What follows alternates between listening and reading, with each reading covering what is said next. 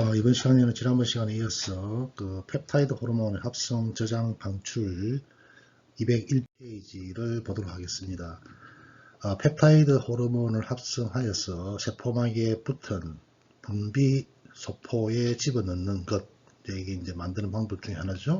다른 단백질의 분비 방법하고 비슷하죠. 이건 무슨 말이냐면은 세포 외로 유출되는 단백질을 만들 때는 이러한 공통의 경로를 거친다 이 말입니다.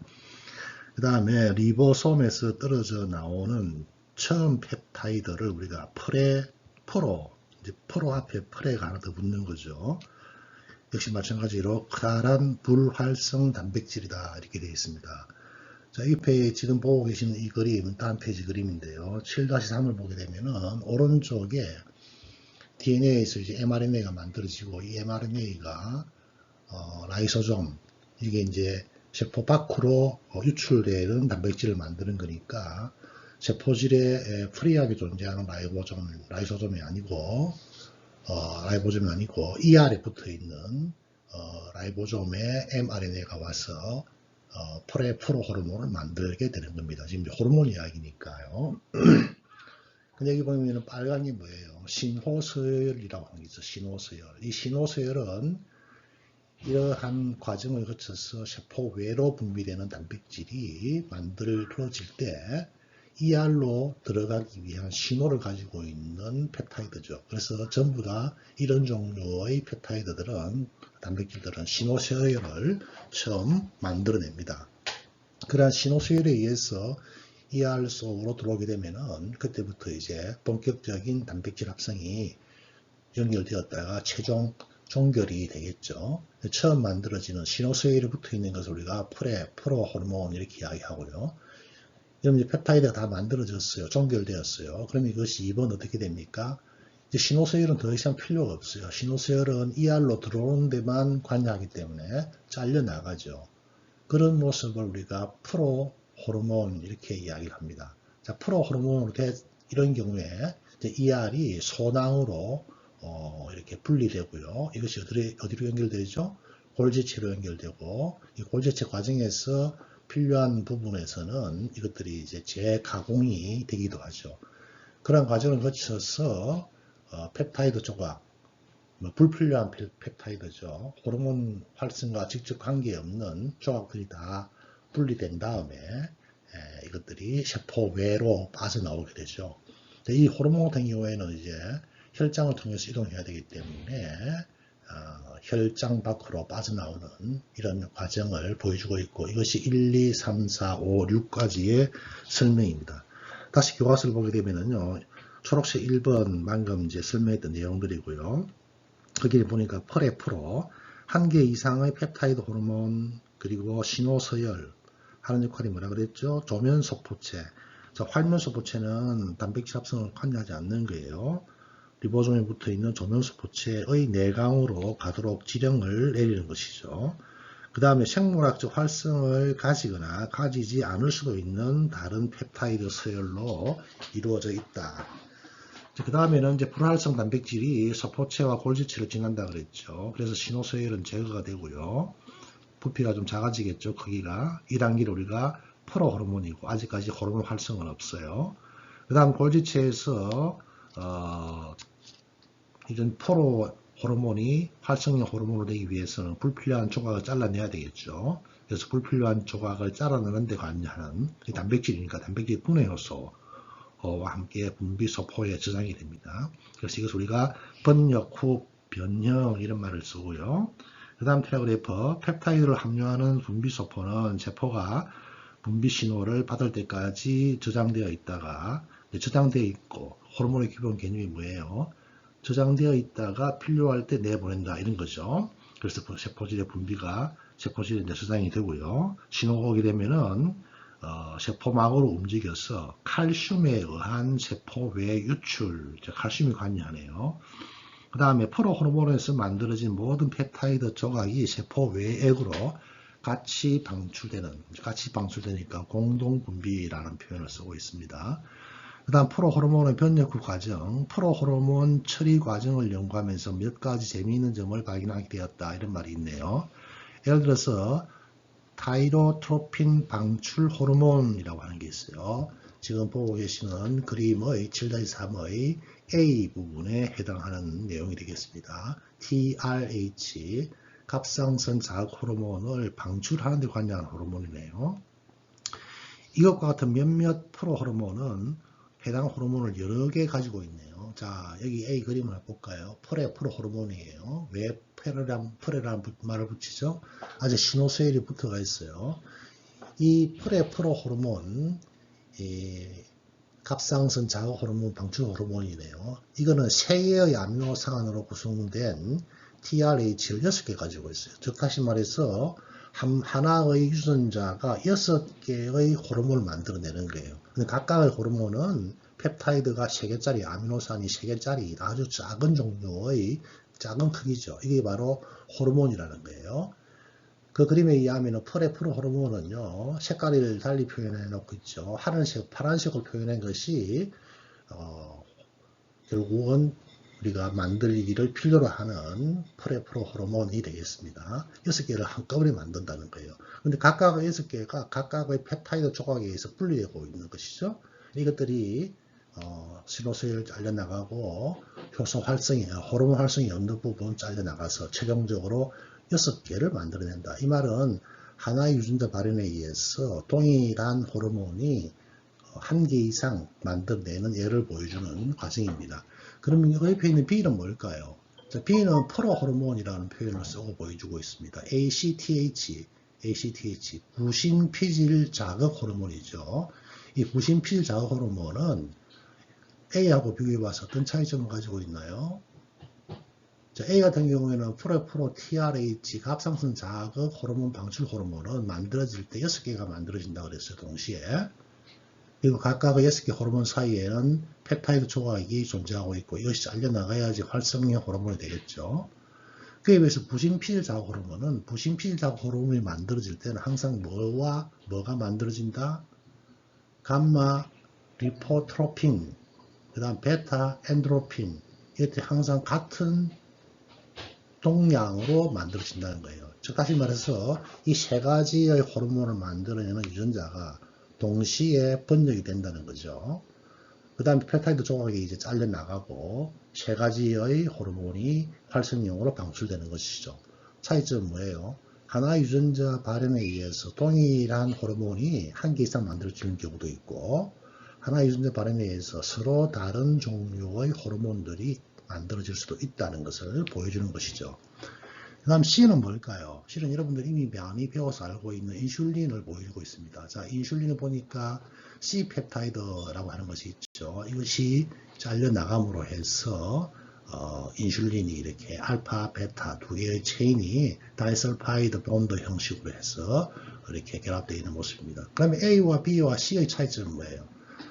자, A는 방금 말씀드린 거고 B도 마찬가지죠. C의 경우에는 하나의 시노스엘에 의해서 하나의 호르몬, 인슐린하게 만들어집니다. 근데 인슐린이 만들어지는데 이거는 2개의 서로 다른 펩타이드가 모여서 하나의 활성형을 가지는 호르몬을 만들어내는 경우가 되겠죠.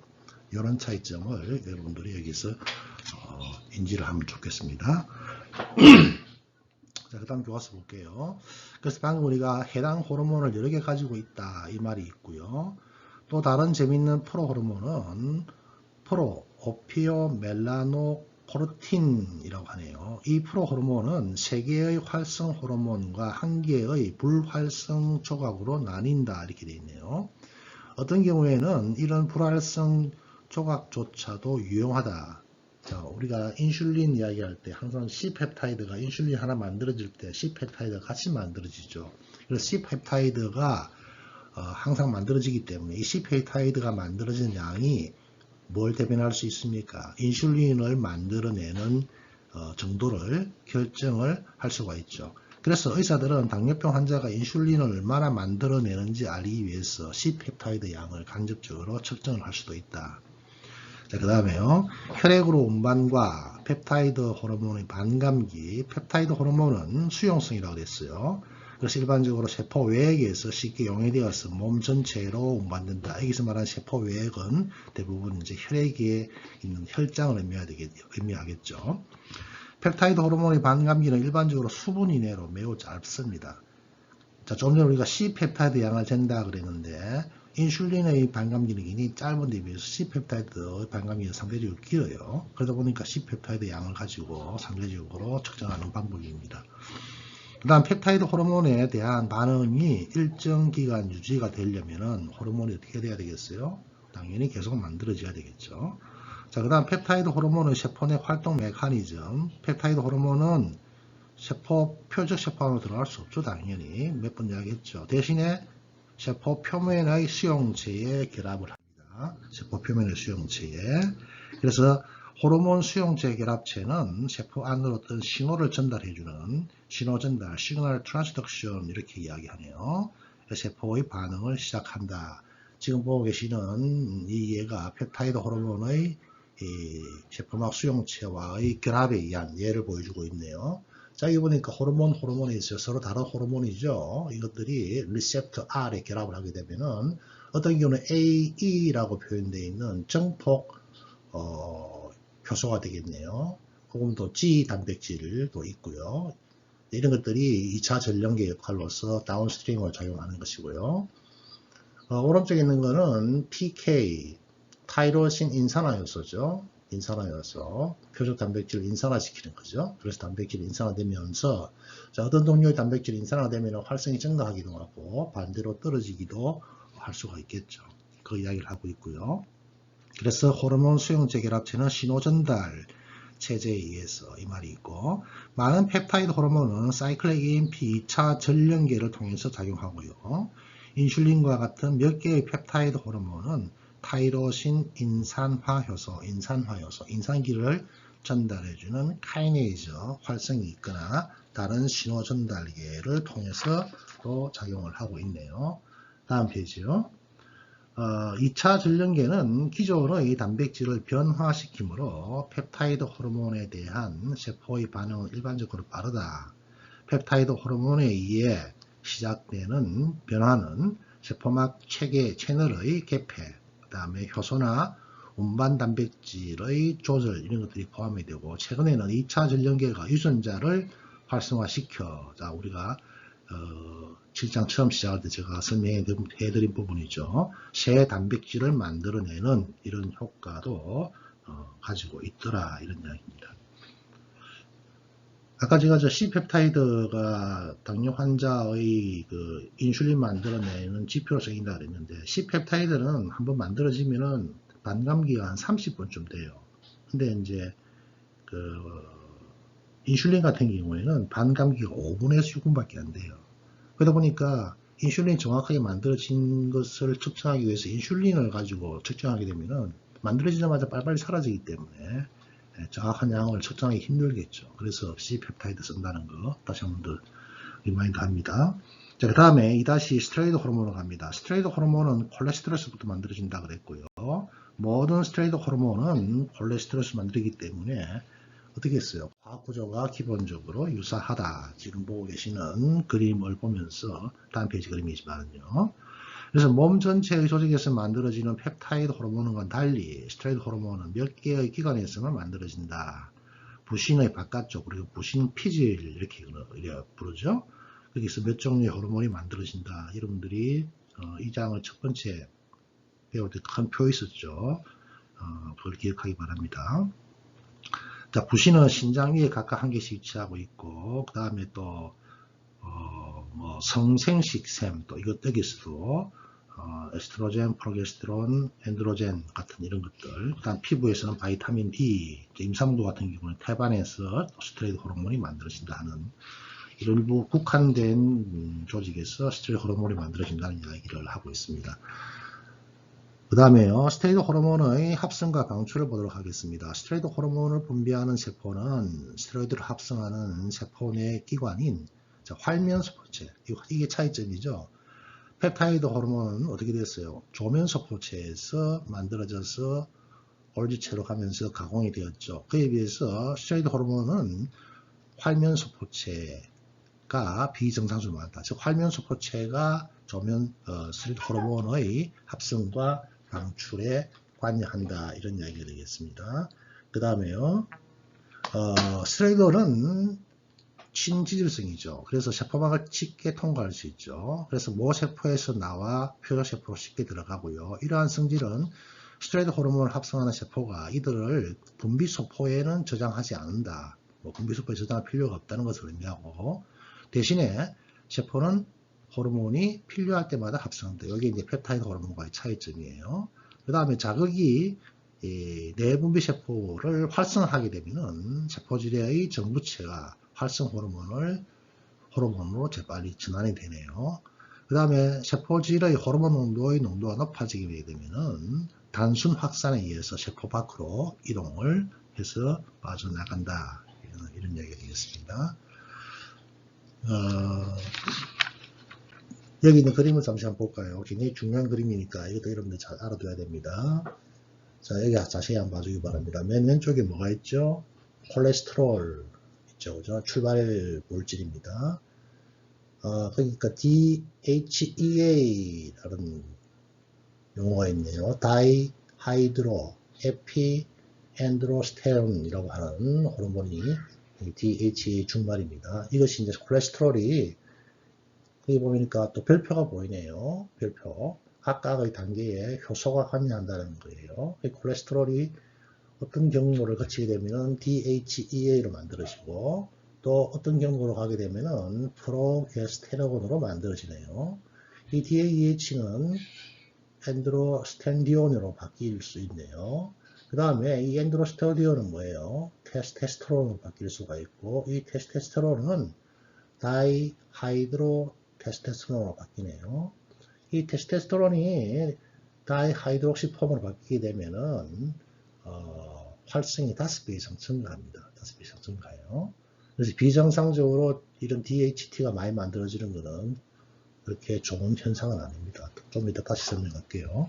자, 아래쪽으로 오르게 되면은 프로게스테론이 만들어진다고 그랬죠. 자, 이 프로게스테론은 21번 수산화효소, 21번 탄소에 수산기를 붙이셔야 되겠죠. 이거에 의해서 또 다단계 반응을 거쳐서 뭘 만들어내죠? 코르티코스테론을 거쳐서 여러분들이 많이 들은 바 있는 알도스테론을 만들어냅니다. 알도스테론을 만들어내고요. 또 다른 경로로 이 프로게스테론은 코티졸을 또 만들어내네요.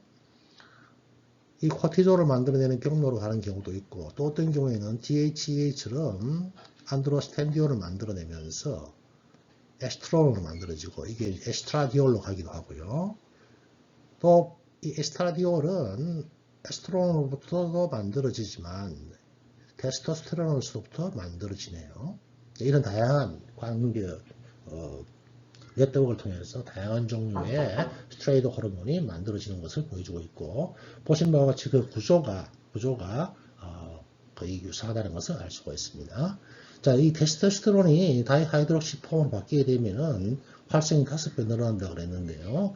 이 테스토스테론 같은 이런 것들이 우리 그 몸에 들어오게 되면 엔드로겐 리셉터와 결합을 하게 됩니다. 그렇게 함으로 해서 호르몬의 작용을 나타내는데, 이 비정상적으로 다이하이드록시 테스토스테론이 많이 만들어지게 되면은 특히 남성에게 있어서 전립선 상피세포, 전립선 조직을 구성하고 있는 세포에 자극을 주게 돼요. 그래서 전립선 세포를 비대하게 만들어냅니다. 그래서 오히려 이런 경우에는 양성 전립선 비대증을 유발하게 됩니다. 특히 이제 테스토스테론에서 다이하이드록시 테스토스테론으로 바뀔 때 5알파 리덕테이라고 하는 효소가 관여를 많이 하는데, 그 효소 활성이 중년 남성 50대 중반이 되게 되면은 그 활성이 일반적으로 증가하게 돼요. 증가하게 되면은 그것이 바로 전립선 비대를 유발시키기도 하고, 또 다른 측면 다음 기회에 말씀드렸겠지만은 이것이 활성이 높아지게 되면은 탈모의 원인이 되기도 합니다. 다음 또 기회에 대해 말씀드리도록 하겠고요. 여하튼 이런 식으로 해서 스테로이드 호르몬이 만들어진다는 것이고요. 그 다음에 이 만들어진 스테로이드 호르몬이 어떻게 그러면은 또 이제 혈액으로 운반되는가에 대한 이야기를 이어서 보도록 하겠습니다. 203페이지요. 자, 전구체 콜레스테롤처럼 스테로이드 호르몬은 혈장이나 다른 체액에 잘 녹지 않는다. 그러므로 혈액 내 대부분의 스테로이드는 호르몬 운반체와 연결한다. 그게 바로 운반 단백질과 결합한다. 이렇게 되어 있네요.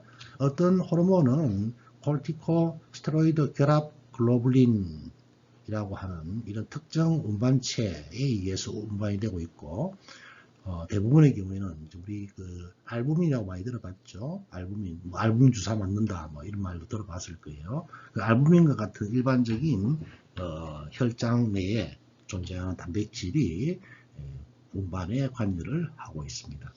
그 다음 스테이트 호르몬의 운반체와의 결합은 호르몬을 효소에 의해서 분해로부터 막아주는, 자, 그래서 우리가 전반적으로 스테이트 호르몬이 펩타이드 호르몬에 비해서 어떻게 됐어요? 반감기가 조금 길었어요. 예를 들어서 부진 피질에서 만들어지는 코티졸의 반감기는 60에서 90분이다.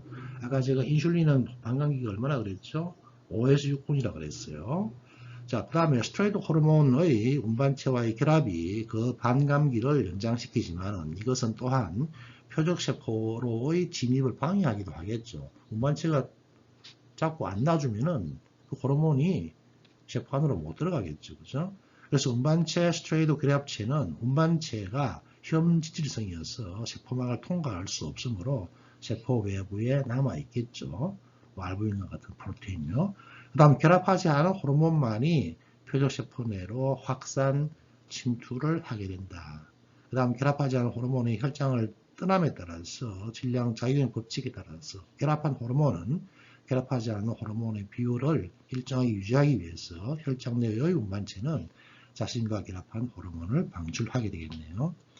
다행히 호르몬은 극소량의 농도에서 활성이 있다고 그랬죠. 극소량을 활성이 있기 때문에 결합하지 않은 미량의 스테로이드는 반응을 일으키기에 충분하다. 운반체에서 분리된 호르몬이 혈액에서 세포로 들어감에 따라 운반체는 결합한 스테로이드를 방출하여서 혈액 중에 소량의 결합하지 않은 호르몬이 항상 유지되어서 세포 내에 들어갈 수 있는 준비가 될 수 있도록 해준다. 이런 얘기네요.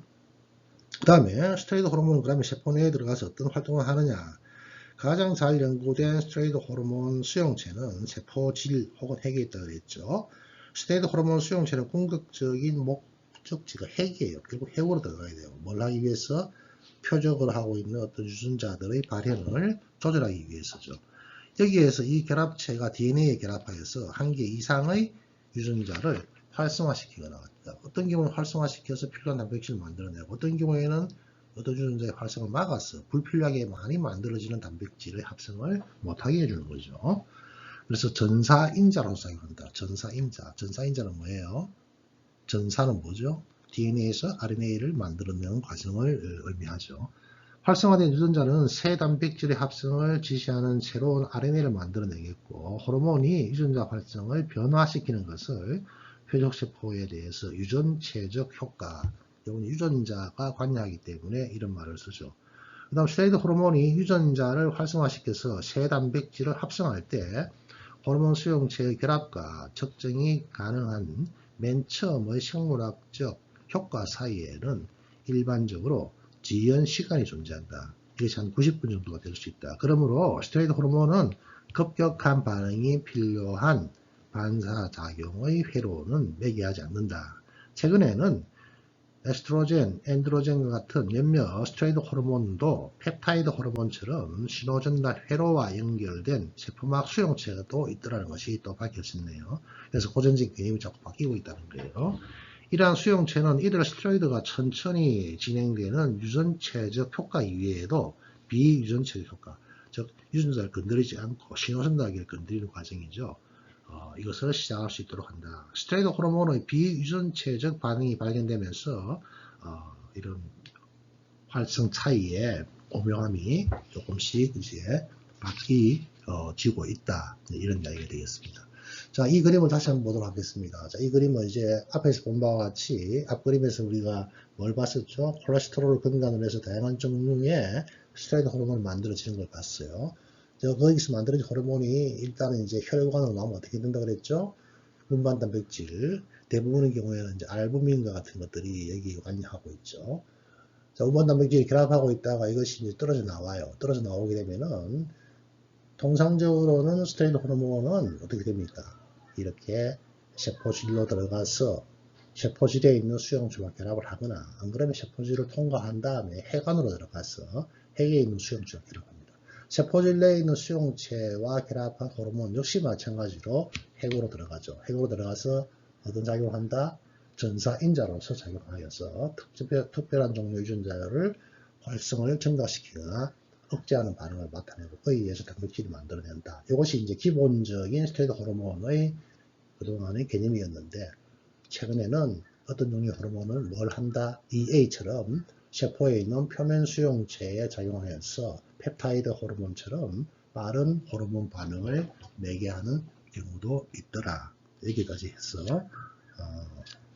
이번 시간을 마치도록 하겠습니다. 시간이 너무 빨리 간 것 같습니다. 자, 수고하셨습니다.